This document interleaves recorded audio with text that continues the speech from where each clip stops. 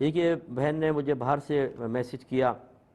کہ ہمارے یہاں کینیڈا کا غالباً مسئلہ تھا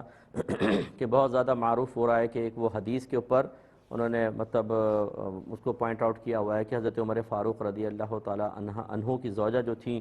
وہ مسجد کی طرف گئیں تو منع کیا گیا، تو انہوں نے کہا کہ ہمیں تو نبی کریم صلی اللہ علیہ وسلم نے اجازت مرحمت فرمائی ہے۔ تو وہ کہتی ہیں کہ دیکھیں لوگ یہ کہہ رہے ہیں کہ نبی کریم نے تو اجازت مرحمت فرمائی، علماء منع کرتے ہیں، کیا وجہ ہے؟ دیکھیں مسئلہ یہ ہے کہ اگر اسی طرح قرآن سے حدیث سے مسائل اخذ کرنا ہر عام آدمی کے لیے ممکن ہوتا تو پھر تو نہ ادارے قائم کرنے کی ضرورت تھی، نہ مطلب یہ کہ کوئی دارالعلوم ادارے عالم بننے کی، سب خود بخود کر لیتے۔ ایک آدھ حدیث کو سامنے لے کر اور اس سے متعلقہ تمام آیات احادیث کو فراموش کر کے نتیجہ وہی نکالے گا جو بیچارہ دین کی ABC بھی نہیں جانتا۔ اگر اسی طرح مسئلے نکالنا آسان ہوتا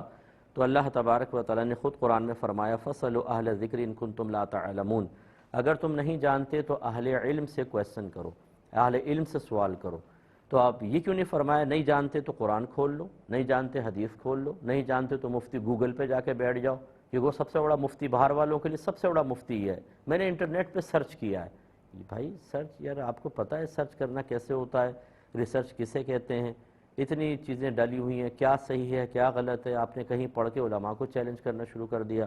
اچھی طرح یاد رکھیے کہ عمر فاروق رضی اللہ تعالیٰ عنہ کے دور تک عورتیں مسجد میں نمازیں ادا کرتی تھیں، لیکن پھر حضرت عمر فاروق نے منع فرمایا تو عورتیں سیدہ عائشہ صدیقہ رضی اللہ تعالیٰ عنہا کے پاس آئیں کہ دیکھیں عمر فاروق ہمیں منع کر رہے ہیں، حالانکہ سرکار نے اجازت دی تھی۔ تو سیدہ عائشہ نے سمجھایا کہ اگر میرے سرتاج صلی اللہ علیہ وسلم اس دور میں ہوتے اور جس انداز سے عورتیں زینت اختیار کر کے باہر نکل رہی ہیں آپ ملاحظہ فرماتے تو آپ بھی عورتوں کو مسجد میں آنے سے روک دیتے۔ گویا کہ اس پر اتفاق اور اجماع ہوا ہے کہ اب عورتیں مسجدوں میں نہیں آئیں گی، لیکن یعنی اجماع سے مراد وہ والا اجماع نہیں کہ بہت زیادہ سختی کے ساتھ ہو۔ اب یہ عورتیں اگر مسجد میں کسی جگہ پر ہم یہ کہتے ہیں کہ آ رہی ہیں تو روکا نہ جائے، چلیں نماز پڑھ رہی ہیں، جمعہ پڑھ رہی ہیں، عیدین ہے یا اسی طریقے سے تراویح کے لیے آ رہی ہیں تو نہ روکا جائے۔ اس کی وجہ دوسری ہے، اس کی وجہ یہ ہے کہ اب عورتیں مارکیٹوں میں جا رہی ہیں، شادی بیاہ میں جا رہی ہیں، ہر جگہ جا رہی ہیں، تو پھر اللہ کے گھر میں آ جائیں تو بہتر ہے کہ کچھ نہ کچھ آ کر سیکھ ہی لیں گی، لیکن اس کے لیے چند شرطیں ہیں۔ نمبر 1 اپنے گھر والوں سے پوچھ کر نکلیں، نمبر 2 باپردہ طریقے سے، نمبر 3 راستہ پر امن ہونا چاہیے، نمبر 4 محرم ساتھ ہو یا امینہ عورتیں ساتھ ہوں، نمبر 5 مسجد میں مردوں عورتوں کے اختلاط بالکل بھی نہ ہو، عورتوں کی علیحدہ جگہ مردوں کی علیحدہ، اور داخلہ جو دروازہ ہے وہ بھی علیحدہ علیحدہ ہونے چاہیے، اور عورتیں صرف نماز کے لیے پہنچیں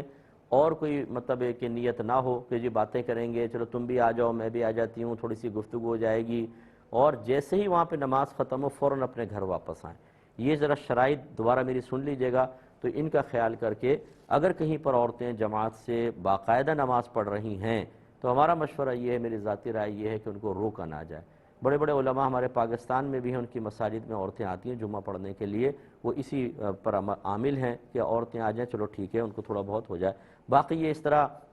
اچھی طرح یاد رکھیں کہ قرآن کی کسی آیت کو عوام کو دکھانا، یعنی عوام کا دکھانا، دیکھیں قرآن میں یہ ہے، حدیث میں یہ ہے، یاد رکھیں آپ کی آخرت کو برباد کر سکتا ہے، کیونکہ آپ کو نہیں پتہ کہ وہ حدیث کتنی قوی ہے، اس کے راوی کیسے ہیں، وہ حدیث خود صحابہ بعض اوقات حدیث کو چھوڑ چکے ہوتے ہیں، اس کی کچھ وجوہات ہوتی ہیں جو بھی میں یہاں نہیں بتا سکتا، اس لیے اگر عوام الناس ڈائریکٹ قرآن و حدیث میں جانے کی کوشش کرے گی تباہ ہو سکتی ہے۔ باہر کے لوگوں کے خدمت میں میری خاص طور پہ گزارش ہے کہ آپ کا باہر ہونا یہ اس بات کی دلیل نہیں ہے کہ آپ اتنے سمجھدار ہو گئے کہ قرآن و حدیث علماء کے ہدایت کے بغیر سمجھنے کے قابل ہو گئے۔